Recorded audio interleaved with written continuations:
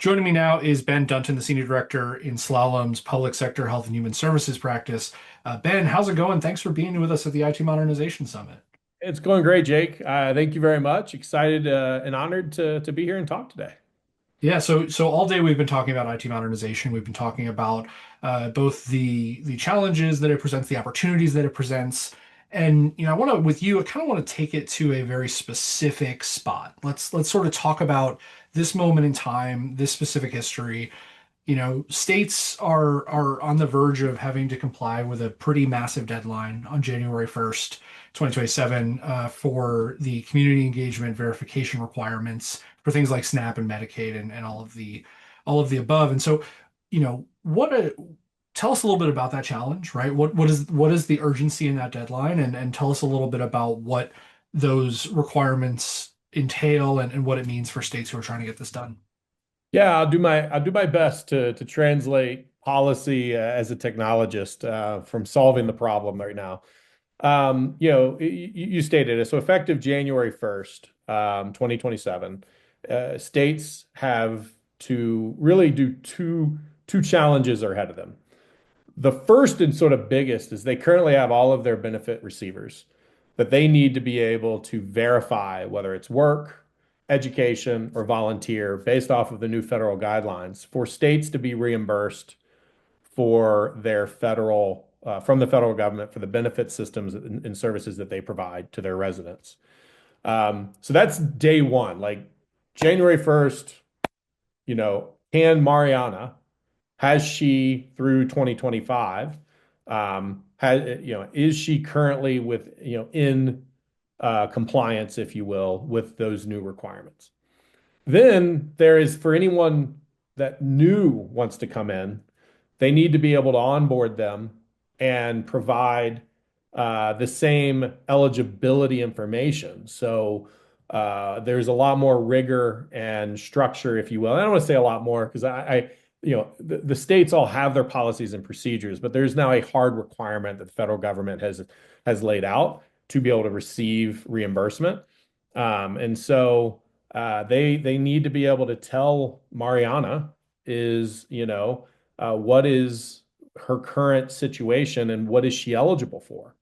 I don't know how some of these things are going to play out. I heard in the news this past week that the current administration is going to require everybody to reapply for benefits that are currently in them. And that could change between, now and into next year. But needless to say, it's all in flux. It's all moving really fast, but there is a hard deadline that we're moving to on January 1st.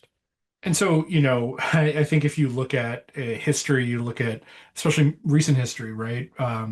Deadlines that government agencies have to hit that involve some sort of technology solution, right? That's what we're talking about here. Um, Incredibly challenging, right?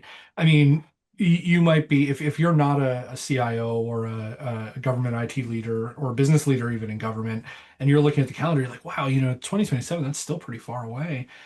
For this kind of operation, it's not, right? It is a massive undertaking. And so tell me a little bit about some of the barriers that you're seeing to making something like this possible as this deadline starts to approach. I think the one of the easiest ways to do this is sort of as I really started to lean in as a technology solution leader in this with our partners with Google and with Global True North. I found two interesting sides that were coming at us when we were kind of figuring out what we needed to integrate into. We would have one person say, well, the states have a cloud-based platform, cloud-based architecture, and so you're going to be able to access APIs. And then somebody on the other hand kind of would say, well, no, you've got mainframe systems that do not have a concept of cloud-based integration layers. And then you've got in the middle where it's maybe a hybrid, like they've started down this journey of trying to modernize their mainframe legacy systems into whether it's on-prem cloud or it is, their own cloud partner. And so that was the first, like, all right, what are we solutioning for? And so it really shaped where we needed to sort of put the barriers that we could bring this accelerator and say, this is 80% of the problem. but the 20% is why we need this year ahead of us to be able to figure out the integration points. So I think that's the biggest challenge is that there isn't a universal architecture that we're going to be plugging into. And so we've got to figure out with each state that, how do we get to your systems? How do we get to your to be able to submit an application? Trying to limit the number of chairs that a caseworker has to pivot in because that doesn't actually solve the problem.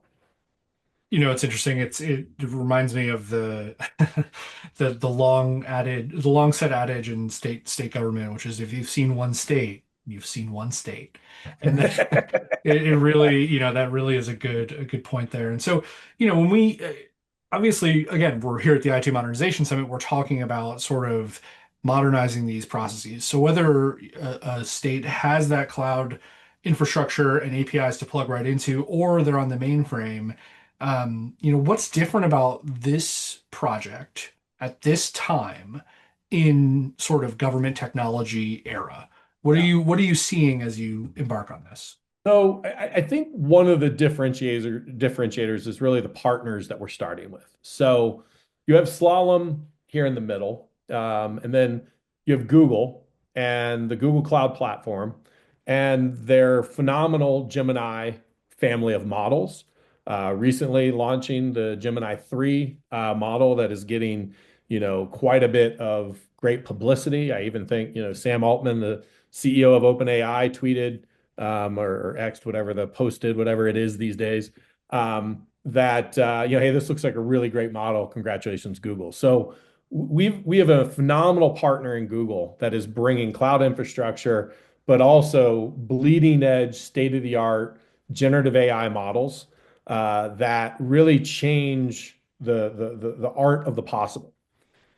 And then on the right side, you have Global True North. Global True North, led by Justin Brown, is a group of experts, both from a science side, but also from a policy, and many of them being former, leaders within the state running these systems and these programs that we're actually coming to support who have built a framework and have created a framework called the Virtual Automated Pathways.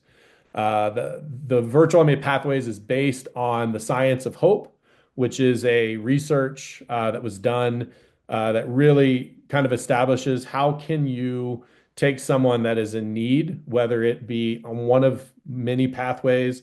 I just need, benefits for food, or I have a substance pathway that I need to journey down first to get myself and my life back in the right direction. And they've built this framework with human-centered design being the focal point. And that's really key because when I say human-centered design, like they went into the homes of benefit receivers to understand their challenges. You'll hear me refer to Mariana. Mariana is a real person. We have pictures of being in her apartment. Like we know the challenges and the stress and the anxieties that Mariana has every day, just trying to provide for her family.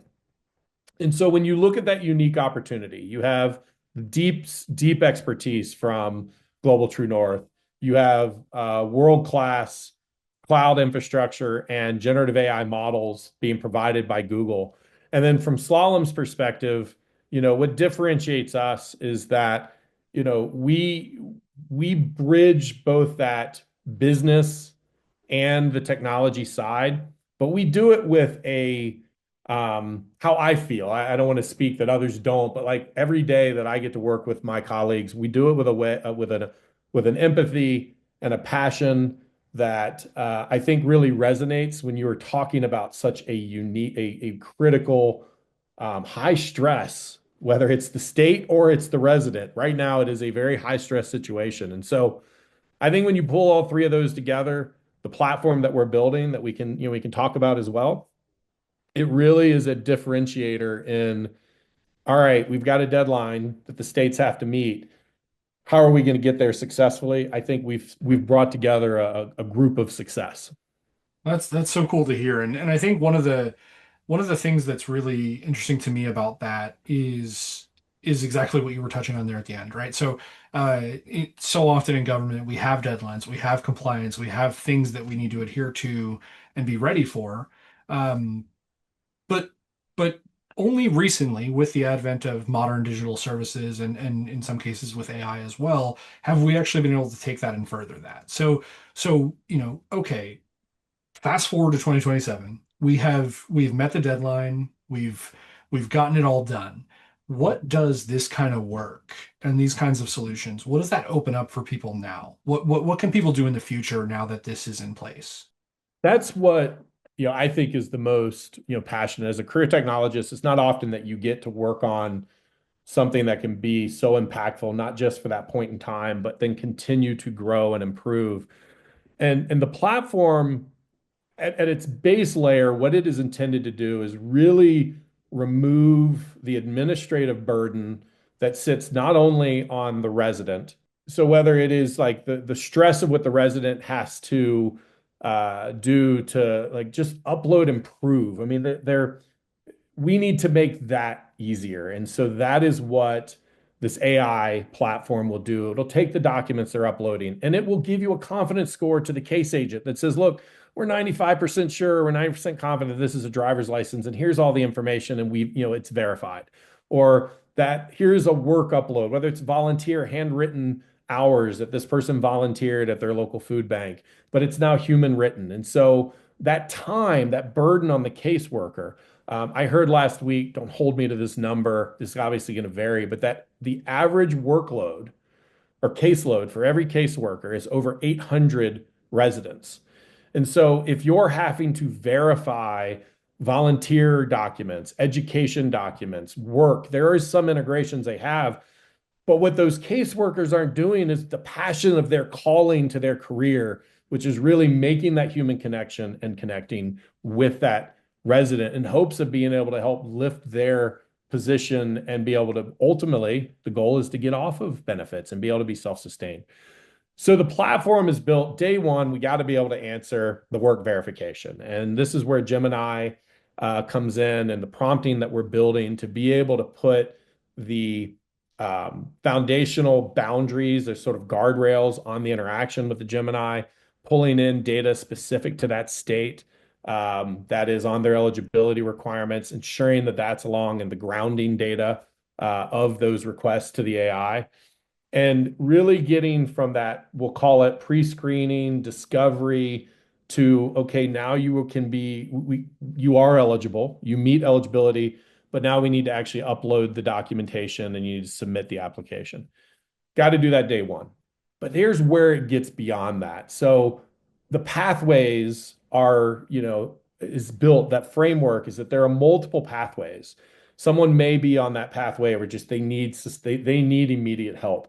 But now as they've gone through that journey, we're able to identify like, hey, you mentioned in conversations with us, whether it be through the genetic, like you have a passion for cooking.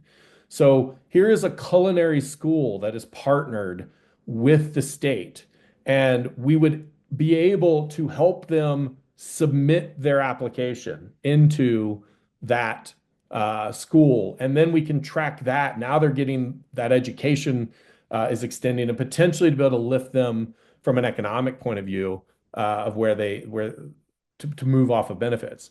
Now, I'm not ignorant to know those integrations are going to be challenging, and there's not one set of systems. There are third parties out there that you need to be able to bring in that data to help, whether it's wage verification or education verification, that each state is going to have its own sets of these systems. But as you bring in that, and the challenging thing that we all think about when you start to bring AI into the conversation, your whole way of thinking is less about the business rules and more about what are you feeding into that generative model to make sure what it returns to you is, sound, safe, and right.